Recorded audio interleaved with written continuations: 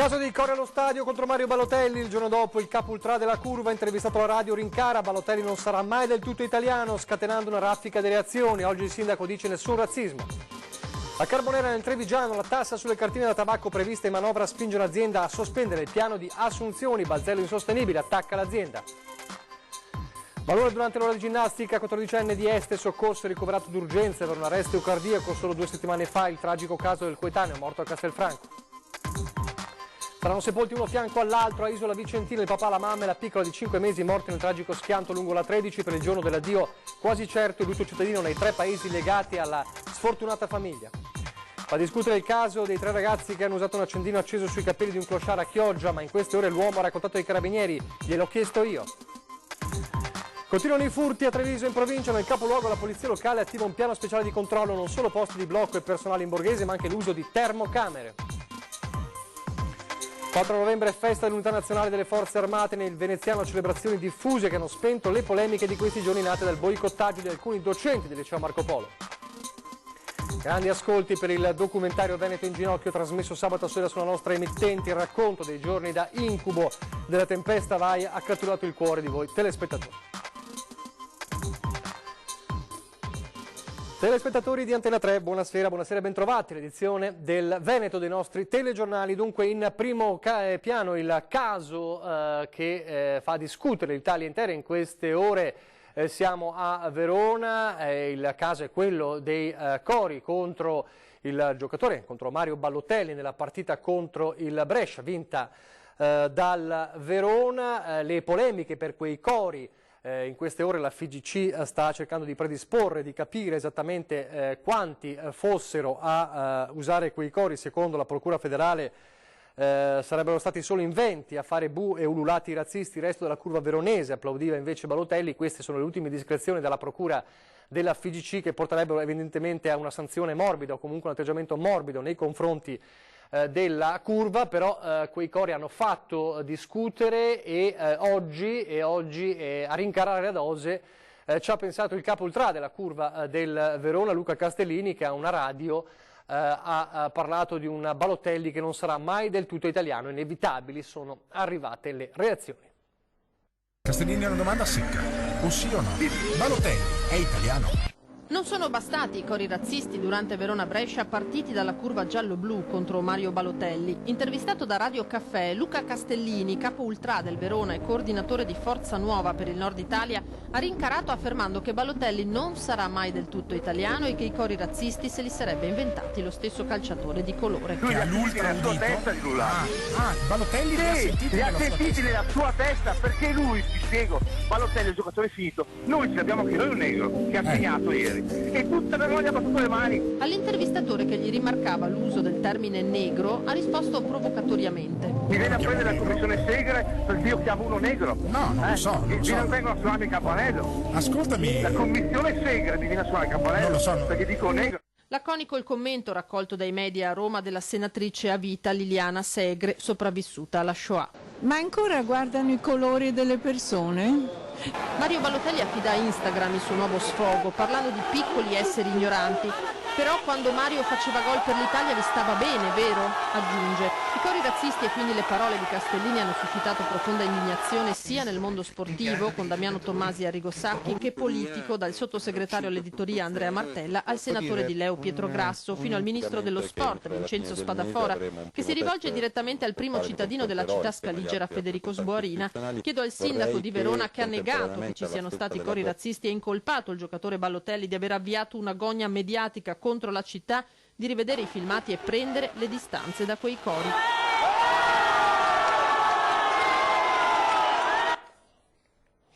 In queste ore, in questi momenti è arrivata la prima replica del sindaco di Verona, Federico Sboarina, che dice: sembra che la sentenza sia stata già scritta, è oggettivamente inaccettabile quello che sta succedendo alla nostra città. Lo dice all'ANSA il sindaco di Verona Sboarina, tornando sul caso di razzismo denunciato da Balotelli. Ribadisco, ieri ero allo stadio e quando Balotelli ha calciato via la palla la sensazione di tutti è stata di stupore, nessuno riusciva a spiegarsi perché. Quindi, aggiunge, non può esistere che da un presupposto che non esiste, perché allo stadio non ci sono stati cori razzisti, venga messa alla gogna una tifoseria e una città. Questa la reazione di Sboarina.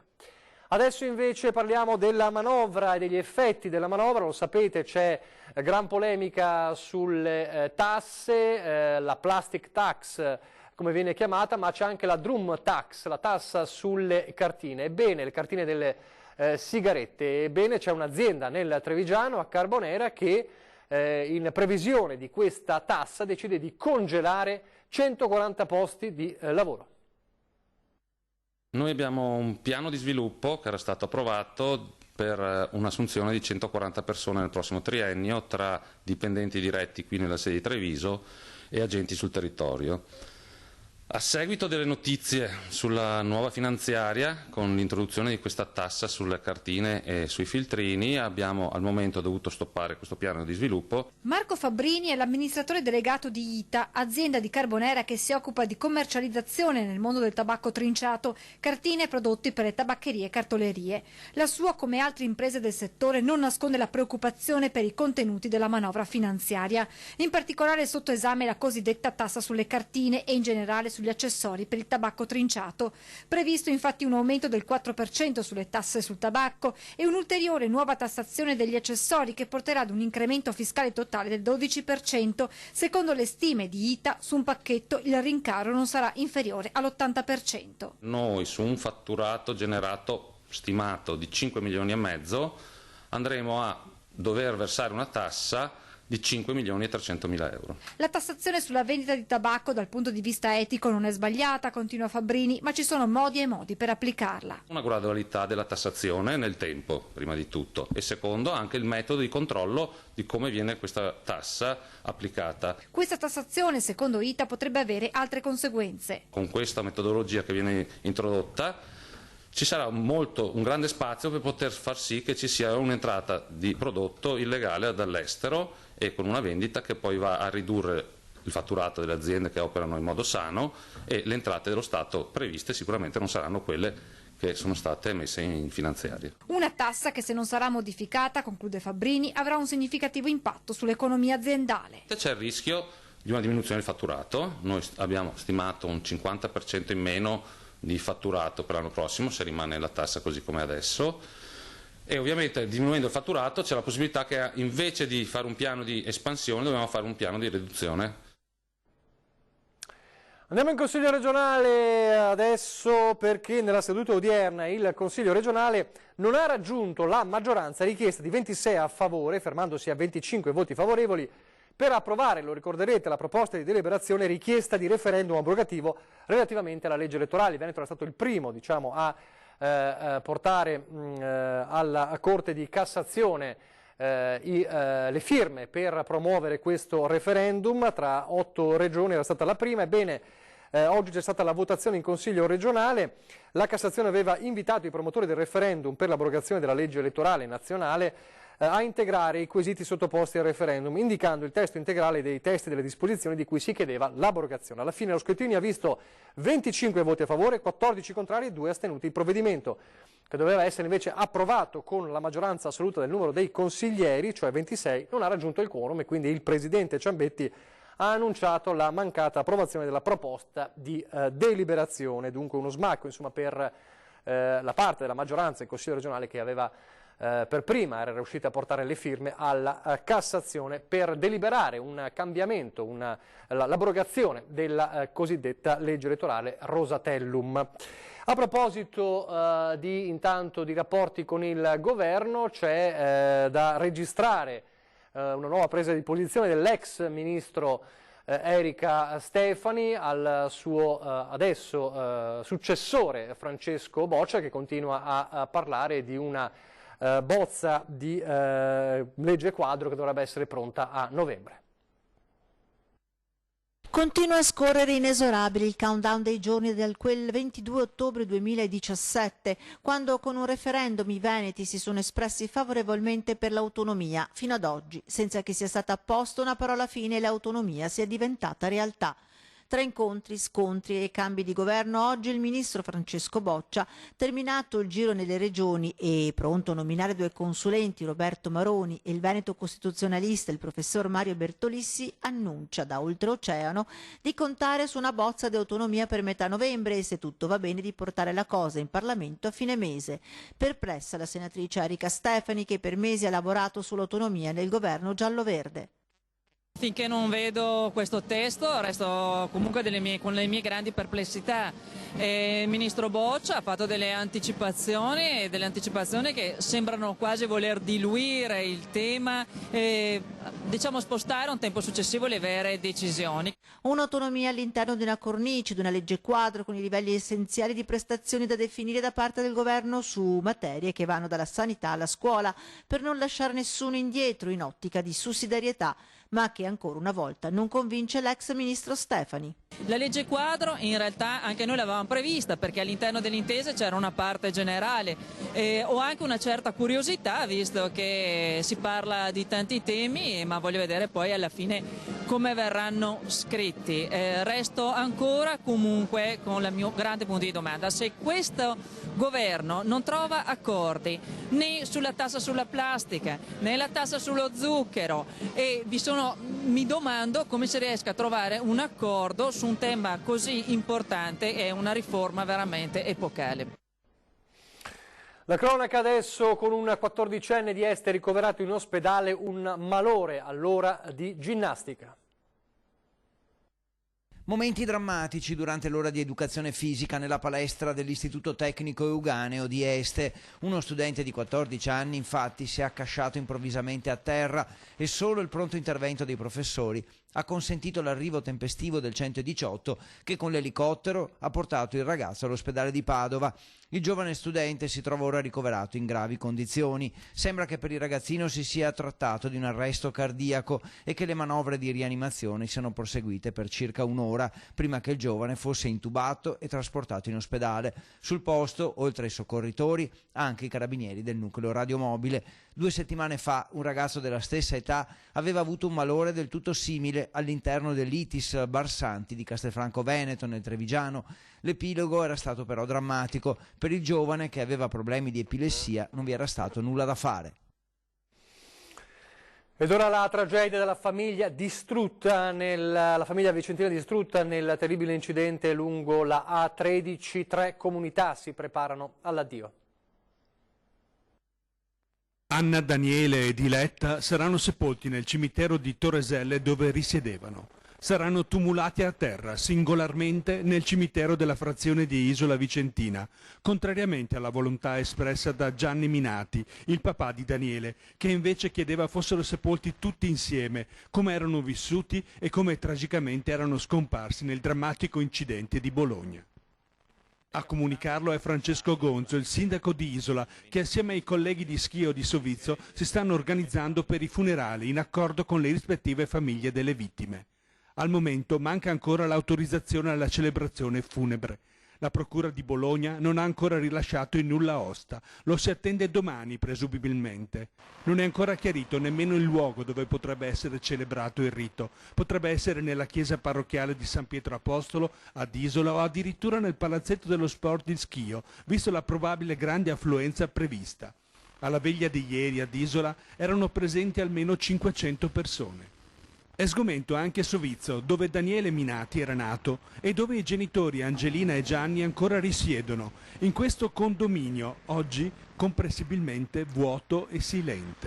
Essendo del posto ho reagito, chiaramente sono stato sbalordito perché è una talmente grossa, tra l'altro, che non si può restare indifferenti. Mi dispiace, non ho neanche il coraggio di andare a trovarli, perché è veramente una cosa brutta assai. Non ci sono parole proprio, perché è stata una cosa veramente grave e certe persone dovrebbero anche stare attenti nel guidare, perché senz'altro per aver tamponato deve avere, come si dice, deve avere fatto qualcosa da non vedere la macchina davanti, insomma, ecco, tutto lì.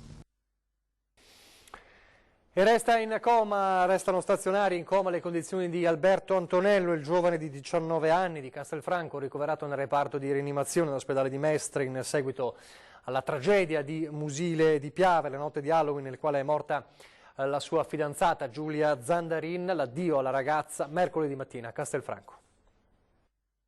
È molto difficile trovare parole perché ogni parola diventa insignificante, non può essere esaustiva di fronte al dolore, di fronte all'assurdità. E forse quelle parole che invece risuonano dentro il cuore nel silenzio sono le parole più vere. Non trova le parole per la sua omelia Don Franco, il parroco di San Floriano che mercoledì mattina in Duomo Castelfranco dovrà accompagnare Giulia Zandarin nel suo ultimo viaggio. Un compito non facile anche perché Don Franco dovrà parlare a tanti giovani. Ai giovani posso dire una cosa solo, che la vita va vissuta, la vita va gustata e la vita non è fatta di quello che abbiamo, ma di quello che siamo. E questa mattina Don Franco ha portato il suo conforto alla mamma di Giulia, Renata, che abita a poche decine di metri dalla canonica di San Floriano. Chiusa nel suo dolore, dietro le tapparelle blu, è stata raggiunta a mezzogiorno anche dalla nonna paterna di Giulia, la signora Raffaella. Unica nipote, un tesoro di ragazza, una ragazza splendida, buona.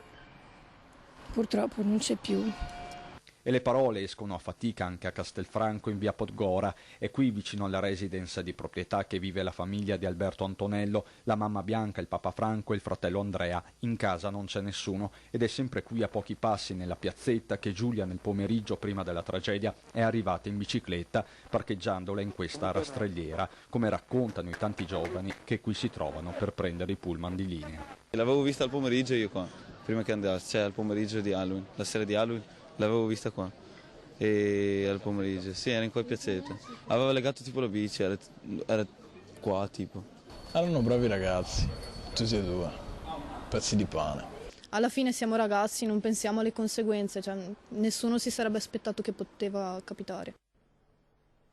A Chioggia adesso nessuna goliardata, i ragazzi che hanno dato fuoco ai capelli del clochard a Chioggia, in realtà a quanto pare dalle ultime risultanze dei carabinieri erano d'accordo con lui. Il sindaco però commenta: questa è la dimostrazione del disagio giovanile che vivono questi ragazzi. Volevo farmeli tagliare. E con questa dichiarazione si chiude il cerchio sull'episodio del clochard 47enne di Chioggia, a cui un gruppo di ragazzi, 2 minorenni di 15 e 17 anni e un maggiorenne di 18, sembrava aver preso di mira dando fuoco ai suoi capelli e riprendendo tutto con il cellulare per poi diffonderlo nei social. Invece, rintracciato e interrogato dai carabinieri che avevano visto proprio queste immagini in rete nel fine settimana, il 47enne ha raccontato di essere stato lui stesso a chiedere di tagliargli i capelli. Non avendo le forbici, però, i ragazzi hanno utilizzato un accendino con il suo consenso. Nel filmato gli investigatori notano che l'uomo in effetti non si lamenta né cerca di difendersi. Stessa versione fornita dai 3 convocati successivamente in caserma. Per il 47enne, tra l'altro, nessun danno da ustione. Gli atti saranno comunque trasmessi in procura, ma allo Stato non ci sono responsabilità penali, perché nonostante l'azione poco consona da parte del gruppetto, che comunque aveva a che fare con un personaggio borderline che fa uso di stupefacenti e alcol, in questo caso non ci sono gli estremi per intervenire. Per la città resta comunque un gesto da condannare. Non deve passare come una goliardata, ha commentato il sindaco Ferro. Sono episodi che lasciano sconcertati, continua, e denotano il grave disagio in cui vive la popolazione minorile di Chioggia e non solo. In città il clochard è molto conosciuto. Pur avendo una famiglia, preferisce rimanere in strada o nascondersi nelle barche. A ottobre scorso, infatti, è rimasto coinvolto in un incendio divampato in un'imbarcazione a causa di una candela. La Capitaneria sta ancora indagando sul fatto, probabilmente di origine colposa.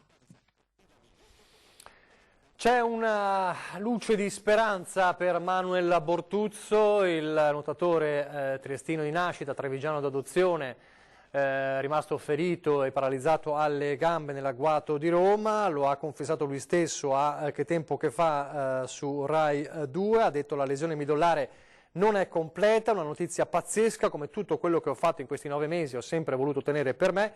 Quando si parla di cose di cui non si è sicuri con la medicina è sempre meglio andarci con calma, ma secondo quanto riportato dal giovane che ha scritto un libro sulla sua esperienza, la lesione midollare non sarebbe completa e quindi forse un giorno potrebbe riuscire a tornare a camminare. Noi glielo auguriamo ovviamente. Adesso pochi istanti di pubblicità.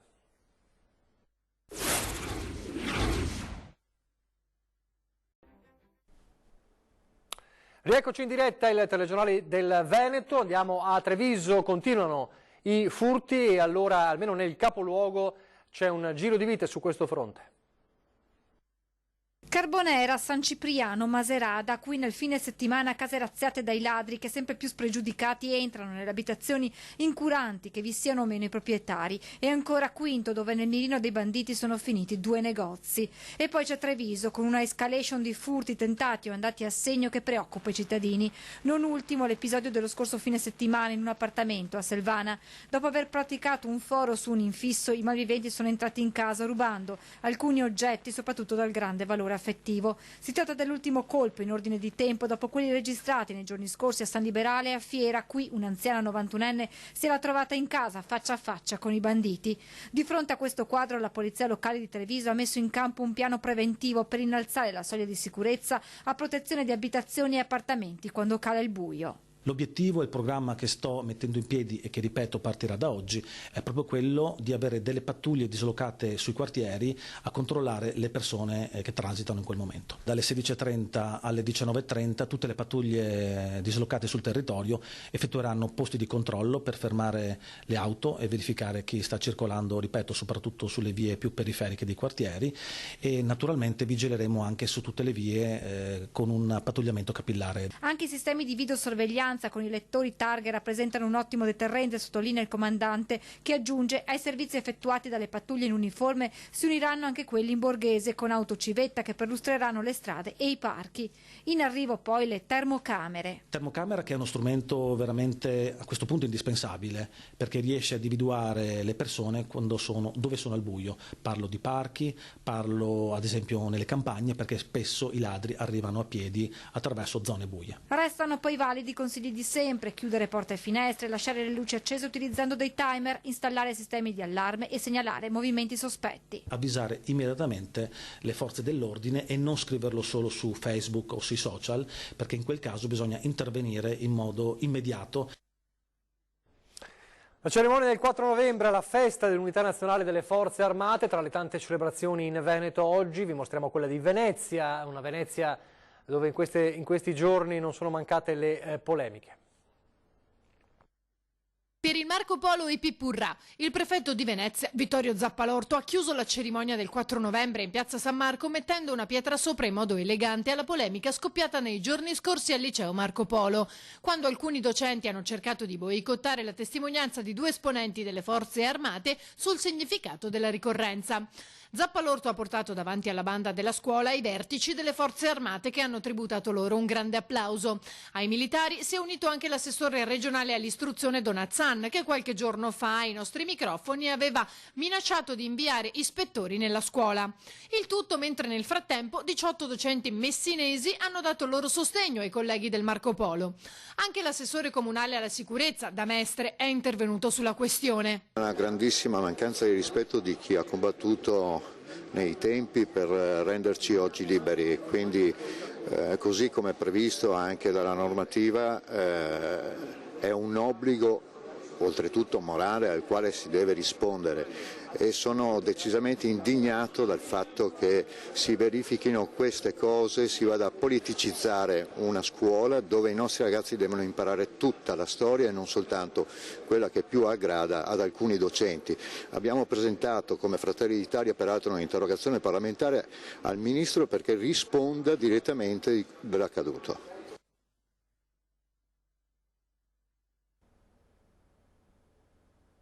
Un'altra cerimonia carica di significato oggi nel Veneto, anzi sabato, quella del 2 novembre dei defunti, ma carica di significato particolare. Perché? Perché ci trovavamo sul Vajont, il cimitero monumentale di Fortogna, e c'era il cardinale Pietro Parolin.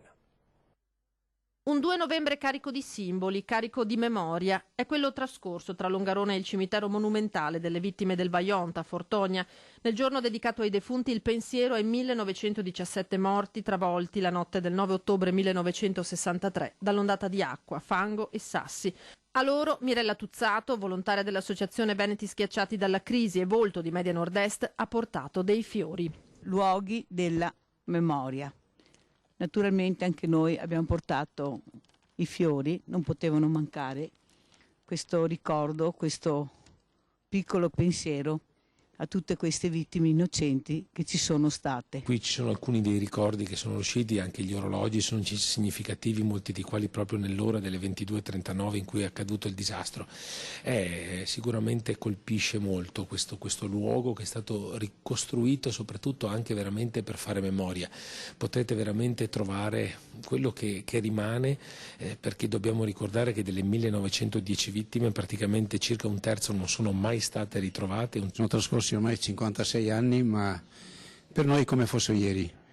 Quello che abbiamo visto, che abbiamo vissuto nei giorni seguenti è impresso nella mente come una pellicola che non si può cancellare. Un 2 novembre arricchito a Fortonia dalla presenza del segretario di Stato Vaticano Pietro Parolin. È veramente importante tornare su questi luoghi, per me è la prima volta che vengo qui, quindi mi sento anche particolarmente emozionato. Una visita commossa, sentita, quella del cardinale Parolin, prima di celebrare la messa di fronte alla distesa di lapidi bianche. Alla fine non si sa proprio che cosa dire, no? Soltanto ci si sente impotenti, ecco, e senza parole, soltanto un grande vuoto e un grande silenzio. Speriamo di riuscire a imparare da queste cose. Questo sarebbe già abbastanza, no? Però dico, almeno noi che siamo rimasti qui, noi che continuiamo, le generazioni che vengono, che imparino a non ripetere questi errori. La memoria anche di un disastro invece diverso, ma che vede ancora il Veneto ferito, è quello della tempesta Vaia.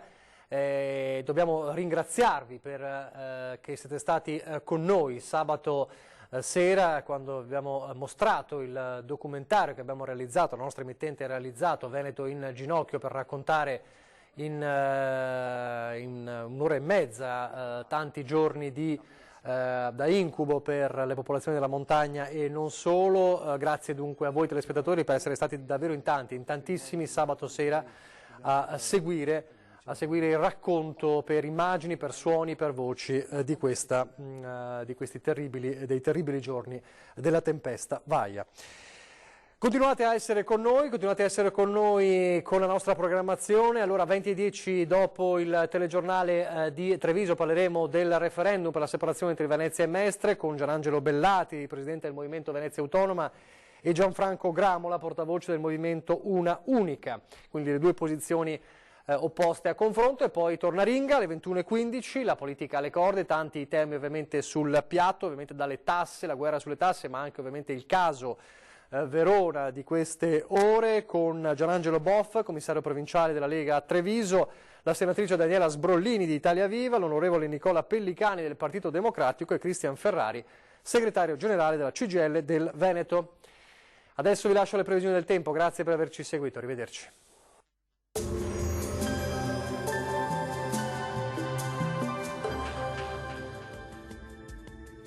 Bentrovati al meteo. Nuova perturbazione in transito sul nostro territorio, insomma inizia una fase spiccatamente instabile per il Triveneto. Vediamo il dettaglio di martedì 5 novembre. Sul Veneto condizioni di maltempo con piogge e temporali diffusi dappertutto, come vediamo. Attenzione perché le precipitazioni localmente potranno essere anche intense. Temperature minime tra 7 e 13 gradi, valori massimi compresi invece tra 11 e 16 gradi circa. E sarà instabile anche sul Friuli Venezia Giulia, con precipitazioni un po' su tutte le province della nostra regione, anche forti, specie sulle zone montuose.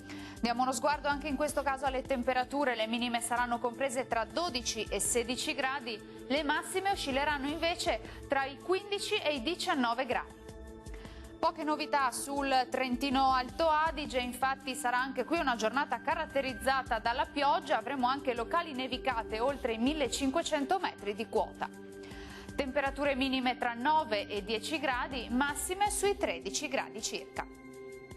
Bene, dal meteo di Antenna 3 per ora è tutto, grazie per l'attenzione e arrivederci.